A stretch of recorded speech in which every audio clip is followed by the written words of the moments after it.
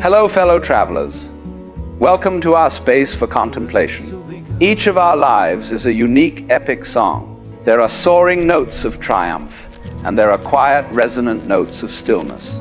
As we enter the third or fourth chapter of our lives after the age of 55, we often long for one thing more than all the fame and fortune in the world: peace of mind.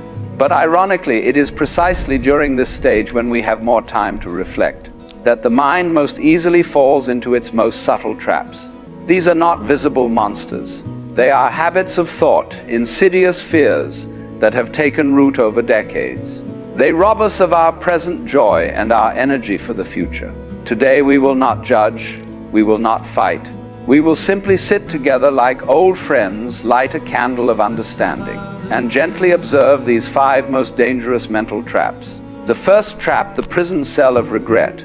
Do you often find yourself sitting there staring absently out the window, and your mind is not in the present?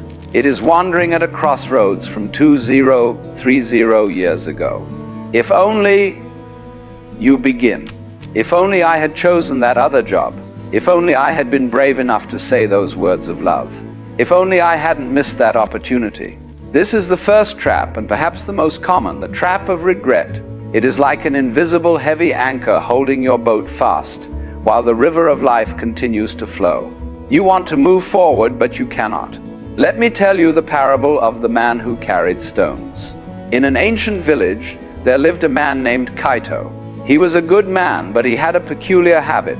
Every time he felt he had made a mistake, large or small, he would pick up a stone and put it in a large burlap sack he carried everywhere. When he was young, the bag was only a minor inconvenience.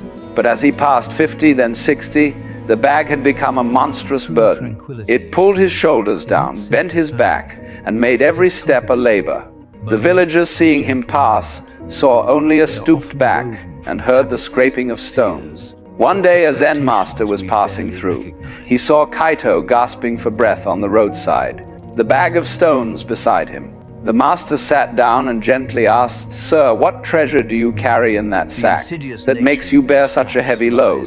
Kaito sighed, shaking his head. "No treasure, master. These are my mistakes. I carry them to remind myself never to repeat them." The master smiled with compassion. He picked up a stone from the ground and handed it to Kaito. "If you wish to learn from this stone," he said, "you need only look at it. Feel its rough edges and then place it on the side of the path to mark where you have been. Why must you put it in your bag and carry it for the rest of your journey?" Kaito was stunned. The master continued, "These stones are not helping you find your way. They are stopping you from enjoying the sunlight of today. They make you too tired to see the wildflowers blooming on the path. The burden of the past is not a teacher, it is a jailer." The master stood, bowed, and walked lightly away. Kaito sat for a long time. Then slowly he opened his bag, took out the stones one by one, and placed them neatly by the side of the road. For the first time in 40 years, he stood up straight and felt the light breeze on his face. How many of us at 55 and older are still carrying stones in our bags? Psychologically, regret is a futile attempt by the mind to fix the past. We think that if we punish ourselves enough, if we replay the scene enough times, we can somehow change what happened. But we cannot. The only thing we are doing is importing the pain of the past into the present and poisoning our future. When you say, "if only," you are rejecting the person you are today. That person, though full of scars, is also the wisest, most resilient version of yourself. You could not have the wisdom of 60 without the often painful lessons of 30. So, how do we escape this trap? Not by forgetting. Forgetting is impossible. We escape through reframing and gratitude. Try this. Instead of saying, "if only I hadn't failed in that business," say, "that failure taught me resilience, the value of money, and shaped my humility. I am grateful for that lesson." Instead of saying, "if only I had spent more time with my children," say, "I did the best I could with the knowledge I had. Now I have the opportunity to be fully present with them and with my grandchildren, with all the wisdom I now possess." The past is a teacher, not a jailer. Thank it for its lessons, put the stones down, and stand up straight. The present is waiting for you with its clear sky and fresh breeze. The second trap, the cloak of old identities. The second trap is more subtle. It is not looking at the past with regret, but looking at the past with a clinging to glory. It is the trap of the roles, the titles we used to wear. I used to be the director. I used to be the primary breadwinner. I used to be the one everyone came to for advice. I used to be the busy mother. And now, what? When we enter retirement, when the children have grown, we suddenly find ourselves in an open, empty space. The cloak of power, of busyness, of being needed that we wore for 40 years is suddenly removed. And underneath that cloak, we feel naked, lost, and even useless. This is the identity trap. We have so identified ourselves with what we do that we have forgotten who we are. I want to tell you the story of the oak tree and autumn. There was a great ancient oak tree that stood on a hill. All spring and summer, it was the king of the forest. Its canopy was full and lush, providing shade for all the creatures below. The oak was immensely proud. I am the great oak, it thought. I am the protector, the provider. These leaves are my glory. But then autumn came. The wind began to blow. One by one, the leaves began to fall. The oak tree panicked. It tried to hold on to grip every leaf. No, it hissed in the wind. If I lose my leaves, what will I be? I will be nothing but a bare skeleton. I will no longer be me. Where is my glory? It fought the wind desperately, but the leaves kept falling. Soon the oak stood bare, its gnarled branches reaching like empty hands to the gray sky. It sank into a deep despair. One moonlit night, an old wise owl landed on one of its branches. The owl sat in silence, then spoke. You seem sad, old friend. The oak lamented, I have lost everything. I have lost my identity. My summer is over, my glory is gone. I am no longer the great oak. The owl tilted its head. You are mistaken. Did you think you were the leaves?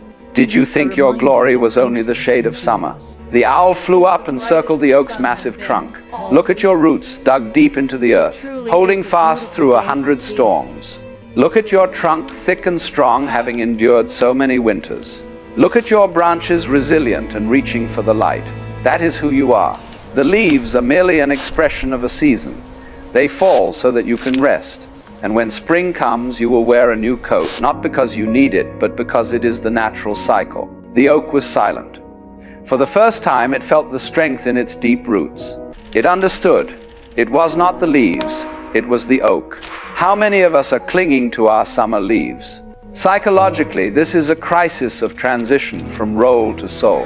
The 55-plus stage of life is a sacred invitation to move from doing to being.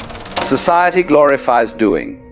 We are taught to measure our worth by our output, our titles. And when those things are gone, we feel empty. But the truth is, you are not your job. You are not your bank balance. You are the sum of all your experiences, your wisdom, your love, and yes, your failures. You are the core. You are the oak. This stage is not the end of your value. It is the beginning of your refined value.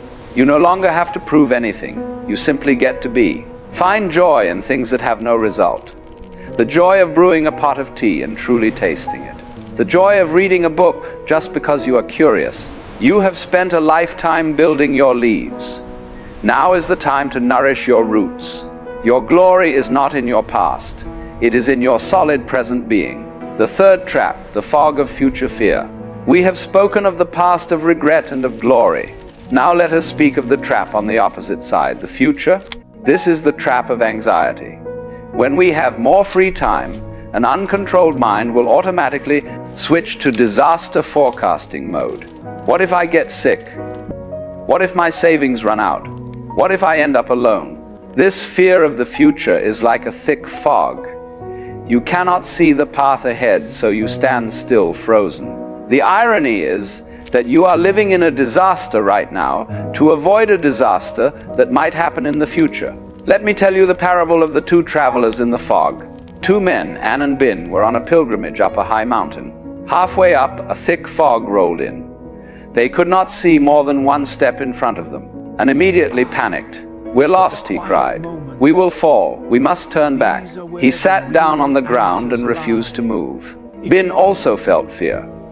But he took a deep breath and said, Friend, I cannot see the summit either. But I can see the ground right here, right in front of my shoes. I can see my next step. And so Bin slowly placed one foot on the stone he could clearly see, and then the next, and remained sitting, paralyzed by the fear of the cliff that might be 10 meters away. After some time, Bin came back and took Anne's hand. "Friend, do not worry about the cliff 10 steps away. Just worry about the step right now. Do you see this stone? Step on it." They moved forward like this.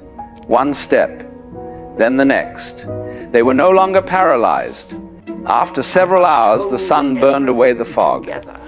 They realized the summit was just a short distance away. They had passed the most dangerous part simply by focusing on one step at a time. Our future after 55 is that fog. We do not know what awaits. Psychologically, anxiety is using your imagination to create things you do not want. Differentiate clearly between what you can control and what you cannot. You cannot control whether illness will come. But you can control what you eat for dinner tonight. You can control how you respond to bad news. Do not live on the mountaintop you cannot see. Live fully in this single step. When anxiety rises, ask yourself, in this exact moment, am I safe? Yes. What is the next step I can control? The fourth trap, the locked room of resentment. This is the heavy burden of things left unforgiven. Grudges we have carried for decades. These resentments are like a locked room in your soul. Things inside begin to rot. The stench of bitterness seeps out, spoiling your joy. This is the trap of unforgiveness. Let me tell you the parable of the 2 monks and the woman. 2 Zen monks were traveling and came to a raging river. A young woman was afraid to cross. The old monk picked her up and carried her across. The young monk was appalled, as their vows forbade touching women.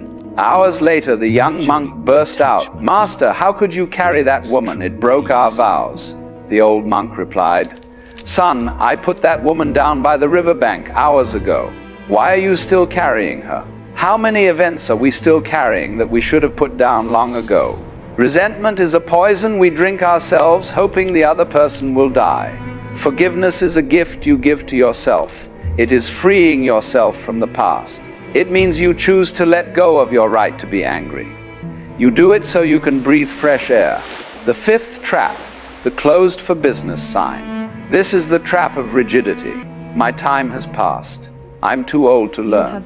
When we stop being curious, we stop growing. And when we stop growing, we begin to die. Remember Anna, the woman who started painting at 80. Her first paintings were a mess, but she laughed with delight. She painted not to be an artist, but because she loved it. She painted until she was 92, she said. "It is because I do not have much time left that I must hurry to do things that bring joy." Neuroscience proves our brains retain neuroplasticity. Learning new things builds new neural pathways. The 55+ stage is a refinement of life. Take down the close sign and hang one that says "Open for new wisdom." Conclusion: the river still flows. We have looked at these 5 traps: regret, old identities, future fear, resentment, and rigidity. If you recognize yourself, do not blame yourself. We are all human. The wisdom is recognizing them sooner and gently stepping out of them. Your life is a tapestry. The dark threads of pain make the golden threads of joy shine brighter. The river is still flowing. Be the boat flowing gently with the current. Thank you for spending this time with me. If these words touched your heart, please gently press like. And if you would like to continue this conversation, please subscribe to the channel. I wish you a day of true peace. I'll see you again.